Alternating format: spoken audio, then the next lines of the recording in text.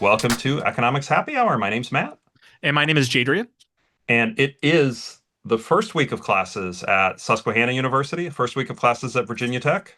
Same here. We are day two is officially over today, so met all my students, and then that means we get to work tomorrow in our classes. Nice. Very nice. Yeah. I worked yesterday. Um, I feel like we did the introductions, but then we did a little bit of work. It was a game Yeah. theory class, so we did some probability background work. It was kind of a boring class when you're like, what are probabilities? But that's only so much fun I can make that.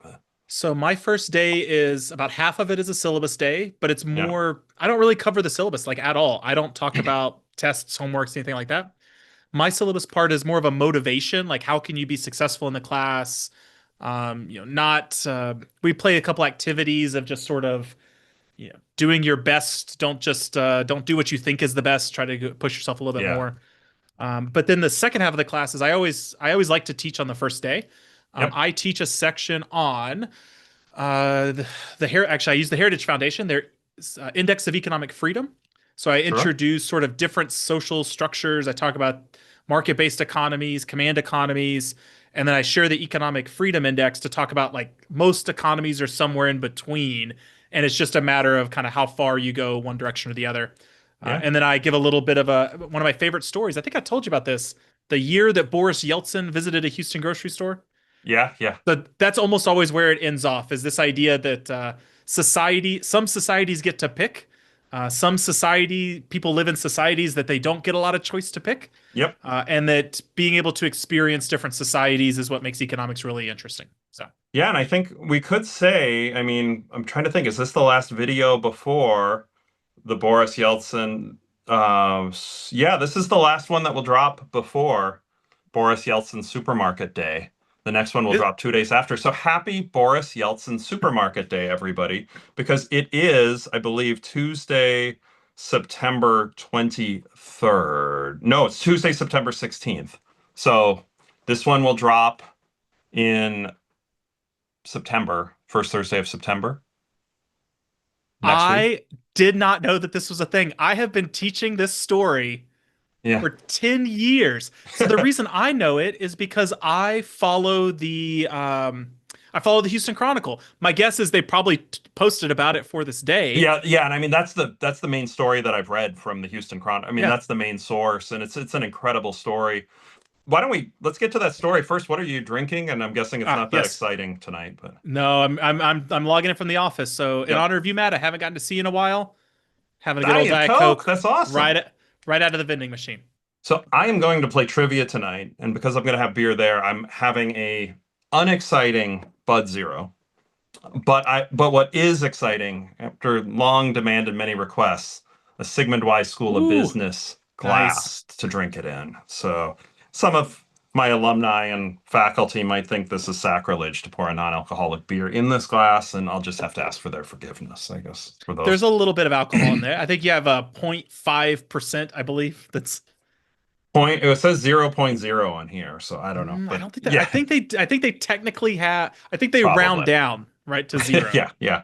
So Boris Yeltsin's supermarket days, the day Boris Yeltsin went to a supermarket in the United States. And there's an amazing photo on this. Just type in Boris Yeltsin supermarket into Google. And do you want to describe the reaction and why it's so important for our audience?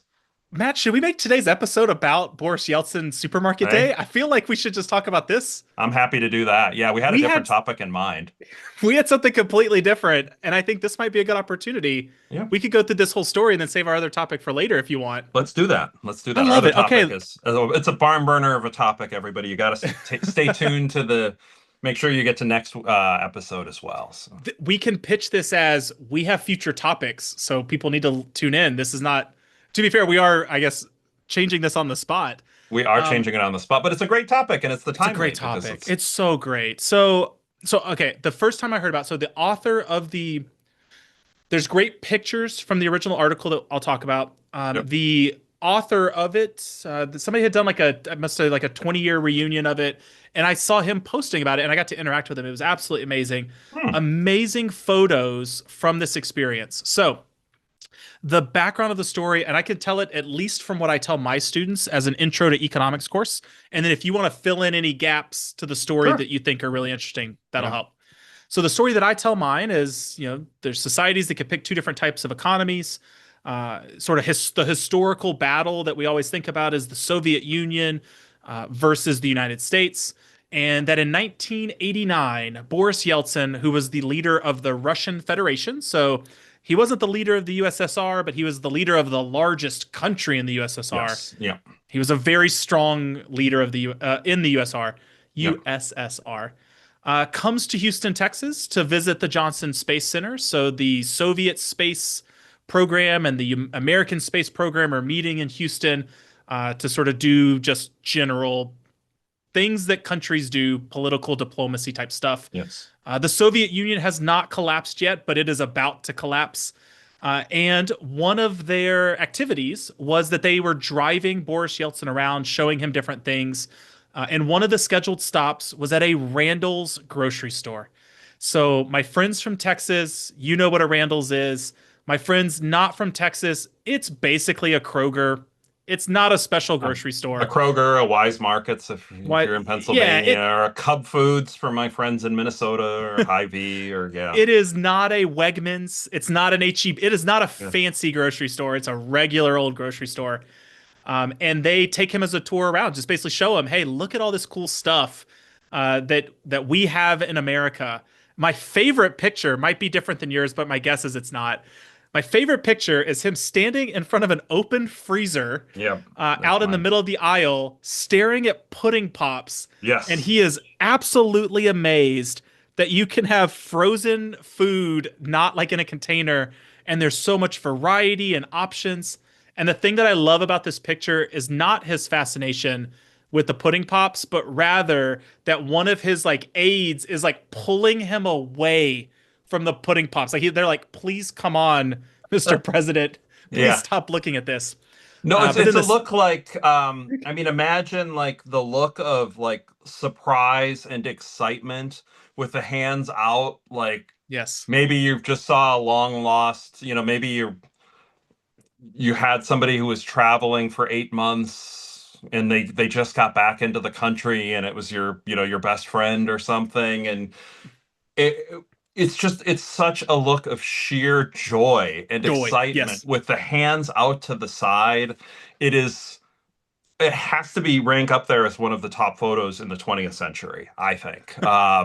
Just in, and I think the significance of it actually, when you start to think through what all this means, is amazing. But no, my favorite is his sheer joy. yeah. I'm gonna have to go look back about them pulling him away from this. I'm gonna have to go look to notice Well, that. I can help. So if you're, I will share my screen so Matt can see it, but we'll obviously post the pictures inside of it. So this is my grainy photo There we from my go. slide, so you can see her pulling him away, Yeah, yep. I saying no like it. thanks. I like it. So I don't know if you know this, but there's a second part to this story that is also really good. Whenever he is touring the supermarket, he gets back in his car in his entourage, Yep. and he is convinced that supermarket that they took him to is actually a ploy, that it is a Yes. staged supermarket. Right? You have to remember that the Soviet Union and the United States are decades into this battle. He is convinced that he's amazed at what he sees, but he basically tells his fellow Russians, "There's no way this is real. Yeah. That's fake. The CIA is lying." He made his driver stop at another random grocery store just so he could go in and check to make sure that that wasn't a ploy. Um, Absolutely amazing. And then there's a quote from the original Houston Chronicle article that I want to share. This is the one that I share with my students, and this is how I end the first day.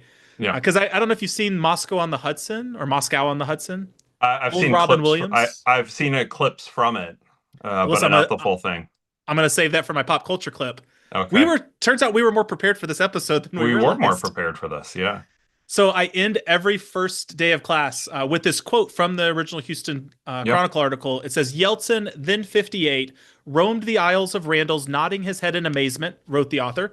He Yep. told his fellow Russians in his entourage that if their people who must often wait in line for most goods saw the conditions of U.S. supermarkets, quote, there would be a Would be a revolution, revolution. end quote. And so It's I end class. That's my first day of class. That's a great way to end. The photo is to me absolutely a stunning photo. And thinking about this, the Soviet Union, if you went to a grocery store there, you may have to wait in line. You could go there and you can't just go there and say, well, today I'm going to pick out chicken. No, you go there and what they have was what you got. And often it would be difficult if you weren't politically connected to get the quality items of food because this was not a market-based system. So the top items would be gone, sometimes Hmm. freezer burned because there's not a profit motive. They weren't always stored correctly or handled correctly throughout the whole process. So whether they had something and whether it was truly edible or safe to eat wasn't always the same. And then there could be cues. I've seen things that the statistic that I have seen and cited before is the average Soviet citizen waited 8 hours per Hmm. week in a line. And so the mindset, this thing that as a kid, right, I was, so in 89, I was 13. And so, like, this is just normal. You go through the grocery stores, they have things. Hey, can we get, Mom, can we get fruit snacks? Well, I know the grocery store had fruit snacks. Yeah. Whether we got fruit snacks or not was a different question. But the grocery store had fruit snacks, and that people in a different country never would have gone into that store and thought this is one of the most amazing things I've ever seen. Hmm. They couldn't believe. And the fact that it's the pudding pop aisle, right, is, there's 13 varieties of pudding pops with is it's just an absolutely stunning and amazing story. So I started searching for more pictures. I want to show you one more that I just came across. Here he is. I can't wait to put these in the show notes. Here he is marveling at the scanner that scans the food and then the credit card checkout machine, Yeah.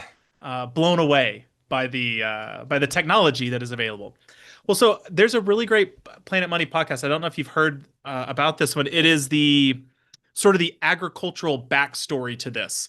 Okay. So throughout the decades leading up to the fall of the Soviet Union, one way that the federal government sort of fought against the Soviet Union was essentially flooding foreign markets with cheap food.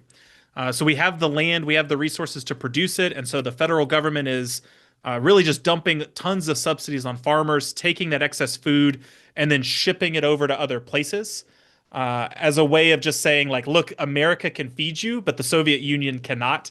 We're happy to give you this food as sort of leftover part. And so this really great story of kind of like that back culture of like how American agriculture became so incredibly powerful, but it's linked in with this grocery store idea. Because they're producing so much other food, they're also making other food products, and so like the whole sort of food industry just gets like significantly bigger, driven on basically cheap inputs to make other products. And so now Yeah. you can make other cheap types of cereal, you can make other types of bread because we're just growing so much wheat to ship over other places. No, that's interesting. I didn't know that part of the story. I'll be interested. I'll have to check out that Yeah. podcast. I did a very quick search while you were explaining. I couldn't find it. What I'll see if I my can find it. I listened to it a long time ago, but I Yeah. think I can find it. So Matt, let me ask you the flip question because I share this with my current students. You travel abroad a lot. For our listeners who don't get to go abroad a lot, who are not, we're used to the Sure. American grocery stores. Can Yeah. you share what it's like when you step into a foreign grocery store? Like, what's a grocery store in Spain look like? So, I mean, Broad generalization, right? So yeah, the most time I've had would be in, or Tesco. Tesco's fine.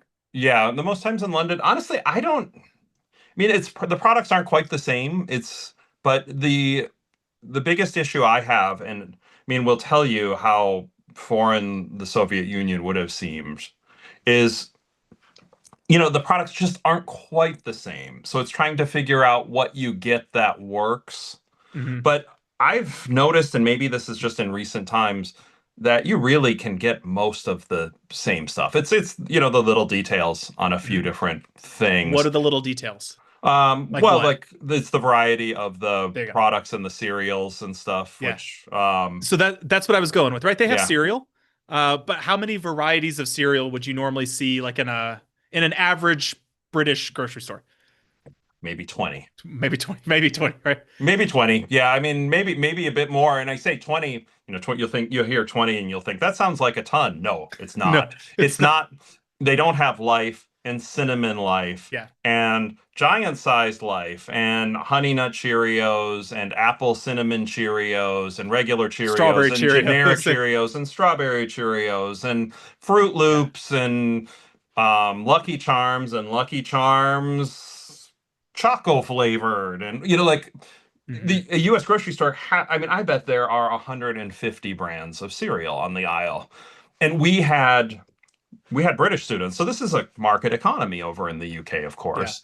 We had students from the University of Chester over a couple years ago for about a 10-day trip.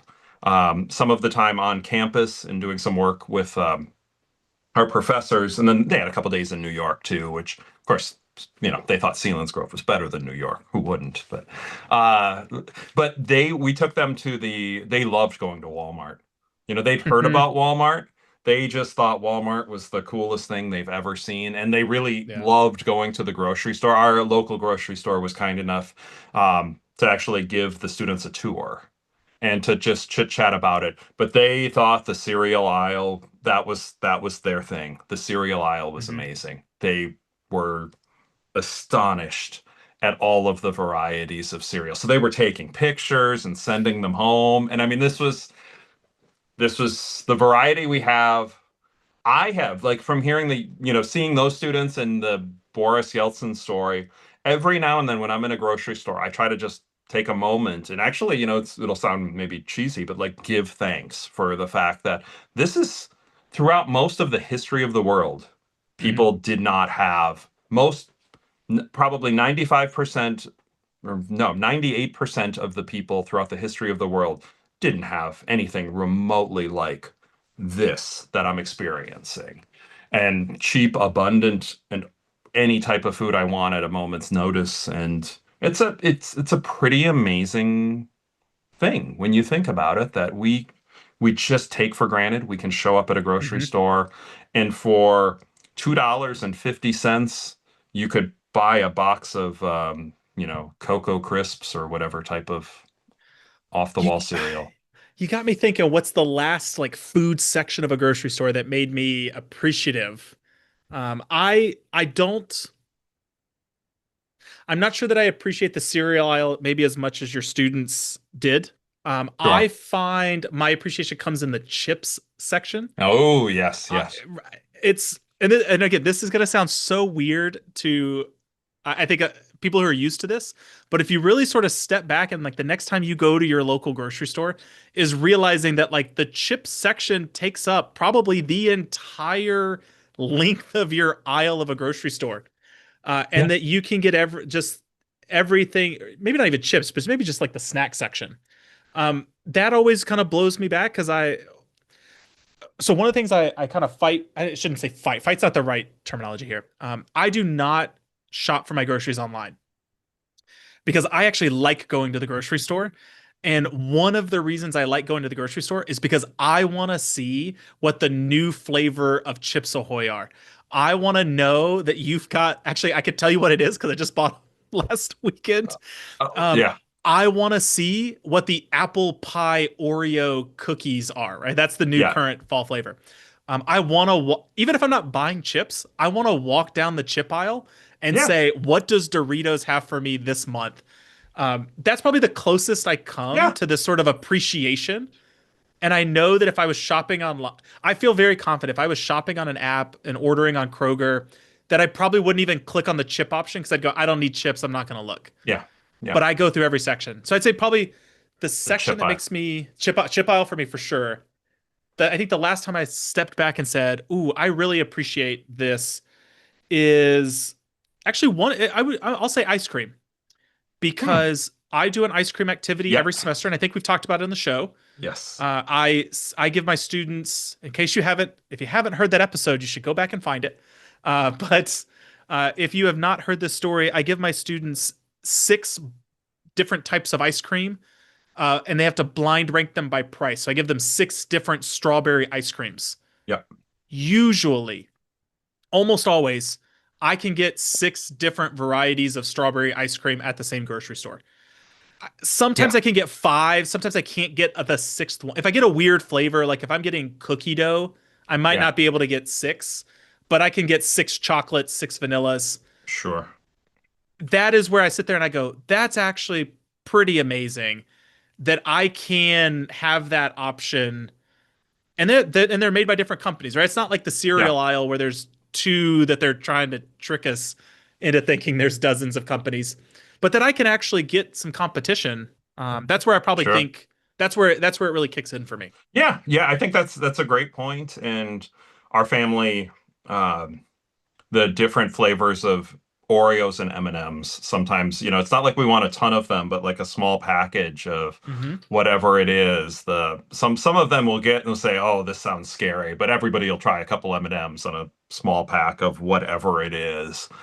It's yeah, it's it's something to behold. And you're right, the chips aisle takes the entire aisle. And if you wanted regular potato chips, there's seven varieties. The reason I don't usually like to shop online is as an economist and someone who's somewhat cheap for tortilla chips, what's on sale? And it's just easier to scan and say, "Oh, there's the sale tag," and usually that's um I'll go with that one, whereas it's a little trickier online. Although we do sometimes do some we have the Walmart Plus, so we'll Hmm. sometimes order from Walmart on that, and it is pretty nice when they just show up at your Yeah, door. I like going to the butcher, and like sometimes if I'm making something that night, I change it up. It also gets me out of the house. I like I Yeah. like being able to shop in person. Yeah. You But get in a non-trivial number of steps by going to the grocery store, walking yeah. around. You probably, half a mile of walking, depending how you do it. So it's good So I exercise. had a really neat experience happen after class last semester, and I've had this happen a couple other times. I don't know if you've had this same experience. One of the joys of teaching a really big class is that I obviously get a lot of very different students. And yesterday, I gave this exact same lesson, and a student came up to me. She waited like till everybody else left. She came up at the end and she goes, "Dr. Wheaton, I wanted to thank you for for teaching that story today about the supermarkets, community Yeah. economies, and stuff like that." And I go, I was taken back for a second. I was like, thank you for Yeah. thanking me." Yeah. You're welcome. You're welcome, right? I was like, I don't know how to respond to this. Like, of course I would teach you this. Like, this is a very important Yeah. issue in economics. And what threw me off was she said that she had taken econ in high school. They didn't talk about sort of the history side of things. They sort of presented a very here's the definition of I would say I Yeah. don't want to pick on I don't know who her teacher was. I guess I'm not Yeah. really picking on them. But they gave a very traditional here's the definition of the two, here's what you need to know. And she said that her grandmother is Polish. Well, I mean, I guess technically her mom is Polish, her grandmother's Polish. They lived in Poland. Her grandmother Sure. still lives in Poland. And that when she was a student, going through history classes and stuff, her parents would say, "Did you learn about the Soviet Union?" And I guess whatever history class she was taking, the answer was no. She's like, "No, we Wow. don't. We don't learn about that." To be Yeah. fair, I don't know what history class she was taking. I'm sure it's Sure. covered in Sure. Yeah. something. And she said that when her grandmother found out that she was not taught about what life was like in the Soviet Union, that they made her like sit down for like a full hour and like get a lecture on what it was like. And that she told me that her mother, every time like they go to the grocery store, if she would complain as a small child that they were out of something, her mother would lecture her in the middle of the grocery store and tell her how she was Yeah. being ungrateful for Yeah. complaining about the store being out of cookies. And that she was just so happy that I was sharing that story with everybody else in the That's class, good. That's and really that nice. she couldn't wait to go back and tell her parents that like she finally heard a professor Yeah. talk about the That no, difference between the Soviet that's Union. really cool. That's really Because special that that the happens student like did that. once every 3 years. I get a Yeah. student who has a family member from the old Soviet states. Yeah. But I mean, it's those who've listened to this or those who know me know I'm a pretty free market guy in general. And this is like part of I mean, these are a little bit on the maybe the extremes, although as I think you Hmm. pointed out, there's not a complete command and a complete open market anywhere in the world, but the what the markets have done, I mean, it's the things that we've taken for granted. As you show up and the little kid, hey, we're out of I'm out of Bud Zero, right? Okay, there'll be Bud Zero at the local, well, not in with weird beer laws, but if you're out of whatever, you just show up and it's just there and it's abundant and prices will change in order to make sure that the products are going to be in stock. And it's just what happened. I can't fathom living through that kind of experience day in and day Mhm. out, and what people in the former Soviet Union had to endure. And then you think about it, really, I mean, that throughout most of history, people didn't just get to show up at a grocery store and have an Mhm. abundance of products, but the freedom, the economic growth, it's powerful stuff. It's really good stuff. Yep. Oh, I did find the podcast for you, so I'll make oh, sure that we you're the weave this in. hero. It was, Yes. to be fair, I was wrong. I said Planet Money. It's a Freakonomics podcast. Okay. So it is called How the Supermarket Helped America Win the Cold War. So Okay. very timely for our topic. That's not my pop culture contribution, but I did want to correct myself since I made a mistake earlier. It is a Freakonomics one, and we'll be sure to link that in the show notes. But I remember listening to it. It looks like I listened to it last year. It came out December 2024. Very cool. I, I, Very I cool. just I had never heard that backstory. Like I had, I heard I knew the Boris Yeltsin story. Yep. Yep. And again, if anybody has never heard these stories or seen the pictures, the there's a series of pictures that are just absolutely amazing.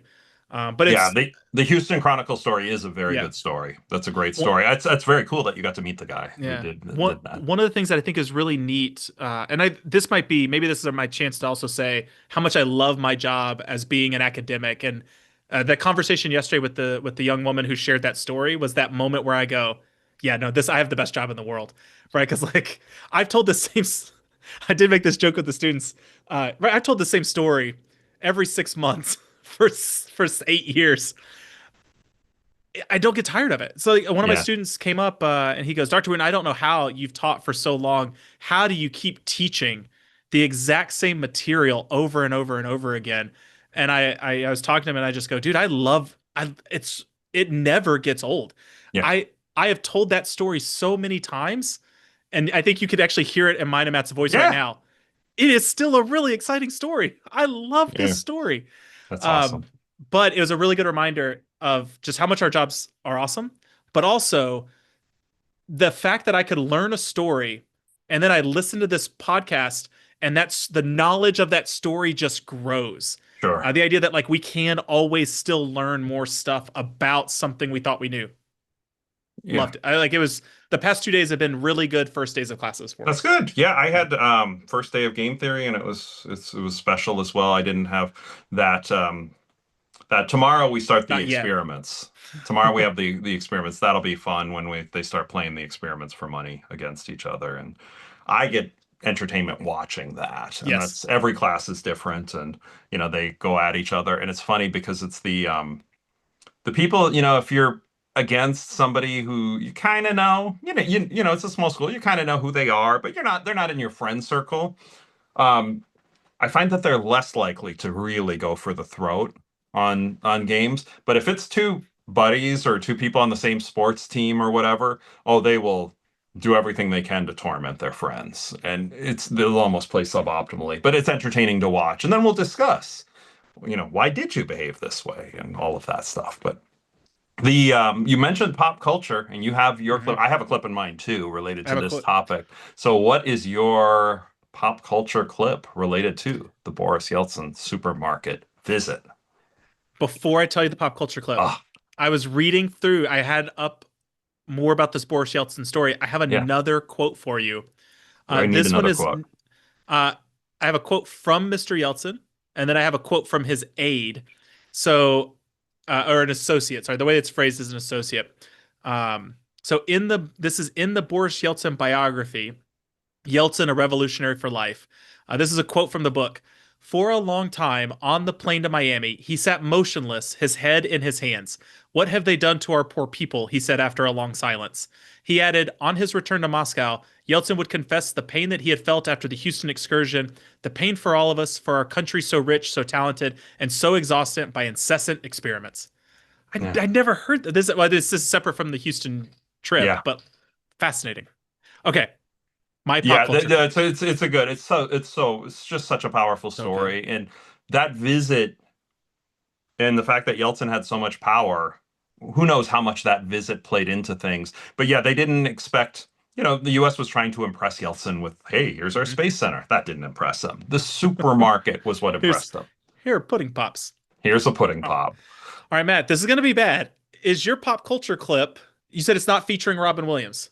Correct. Okay, good. Then we have a different pop culture clip. So my Yeah, pop yeah, culture yeah. clips comes from Moscow on the Hudson. Awesome. 1984 romantic comedy drama, according to Wikipedia, starring Robin Williams. He was a Soviet musician who visits the United States as part of a musical group.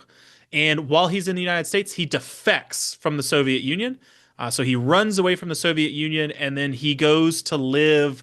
I'm going to say adopted, but like a family takes him in to live with them. And so he's learning about American life while being with his family, but trying to hide from the Soviets.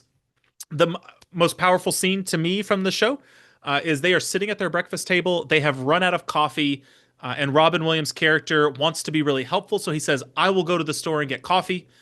He goes to the supermarket. He walks up to the manager in the booth and he says, where I'm going to use the English version. I'm going to summarize the English rather than Yeah. trying to butcher the Russian version. He's speaking in Russian, but he's using a Russian accent. So I don't want to try to, Yeah, yeah. I don't want to do that. He basically says, where's the coffee line? And the manager goes, there's no line. The coffee's over in that aisle. He goes, no, no, where's the coffee line? And he goes, there's no line. The coffee's in aisle, whatever.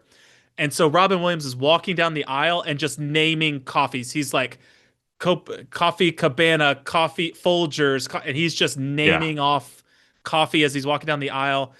There is sort of a funny moment sort of a sad, funny moment where he is overwhelmed by the amount of options, and he goes coffee, coffee, coffee, and then he just kind of falls down and Yeah. collapses. And I tell my students that pop culture. I go, this movie is not about economics. That's not the Yep. purpose. But I say pop culture can pop up in a lot of different places. We can see economics through pop culture. This is my like intro to why I'm going to use a lot of pop culture in the class. And I said, if you don't believe that that is an overwhelming feeling, let me tell you about Boris Yeltsin, the president of Yeah. Russia. And so that's my transition. I say, this seems funny because it's a movie. Here's Boris Yeltsin being overwhelmed by an American grocery store. Yeah. This is That's not fake. that And is so the that is the good one transition. clip from that movie I've seen, and it Good. is a great clip. It's a good movie. I should have to check that out. Brian and I wrote a paper on command economies in pop culture that's Mhm. currently under review, and I can't remember. I think that one might be in I sure there. hope so. Yeah, I'm pretty sure that's how I saw it. But another one that's in that, and I put this on Critical Commons. It's probably the single shortest video I ever put on Critical Commons because it is a 12-second video. And it's from the Hunger Games.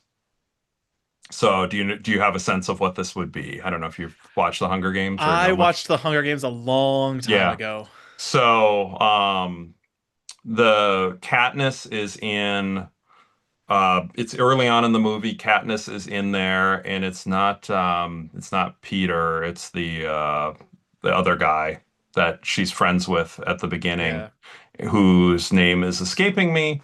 And he Gale. Gale gives Katniss, they're kind of chit-chatting, and Gale says, "Oh, I got this," and hands a piece of bread. And her reaction is like Oh, Boris Yeltsin's reaction. It's like, oh my gosh, where did you get this? Is so excited about a piece of bread. Like that this was not something, and he does say, well, yeah, I had to trade it. This better be great. I traded two squirrels for it, right? But it was, kind of ties back to the idea that, you know, a loaf of bread may not seem that exciting to us now, but once upon a time, or to people in many parts of the world, the idea that, something that seems simple to us, a piece of bread, amazingly powerful. And I actually think that relates highly. The next time I teach on that topic, I am going to show the Katniss clip and then the Boris Yeltsin photo shortly after to say, hey, It is this a matters. it's a great transition, and one of my I you and I both use a lot of pop culture in class, and one of the problems is sometimes I think that the students see our pop culture and they go, "That's just a movie. That's not real." Yeah. He's picking that because it's funny, and then being able to like add that extra, "Hey, here it Yeah. is in real life." Right, the leader of a Yeah. country is saying that there'd be a revolution. Like it is a I feel like it's a really powerful combination. Yeah. I And then I agree. think it also gets buy-in from the students that say, "Trust me on these pop culture clips later." Yeah. I agree. I agree. How Well, great. was the Diet Coke? That is the I still have a lot left, but okay. mostly because I didn't want to deal with the carbonation. Sure. But Sure. I wanted to thank you for letting me change this entire This topic is this from was what we agreed awesome. to. This was awesome, and we know the next one, so we won't have to work that on. That said, to all of the listeners, first, thank you for listening. We appreciate everybody, and a lot of new people have subscribed to the page, the Substack page. Every now and I mean, it seems like every time I tune in, there's an extra three, four, five people who've subscribed. So thank you all. If you have topics you'd like us to discuss, please let us know. We've had some great conversations based on topics, and every now and then we'll rope somebody into coming and talk with us, like we did with Ryan. But the Bud Zero was perfectly yummy, and the Sigmund Wise glass is the right what vessel to hold it, I guess. So, Perfect way to head to trivia. perfect way to head to trivia. Well, thank you to everybody. Please, like, comment, 5-star reviews if you haven't, and until next time, Cheers, Matt. cheers.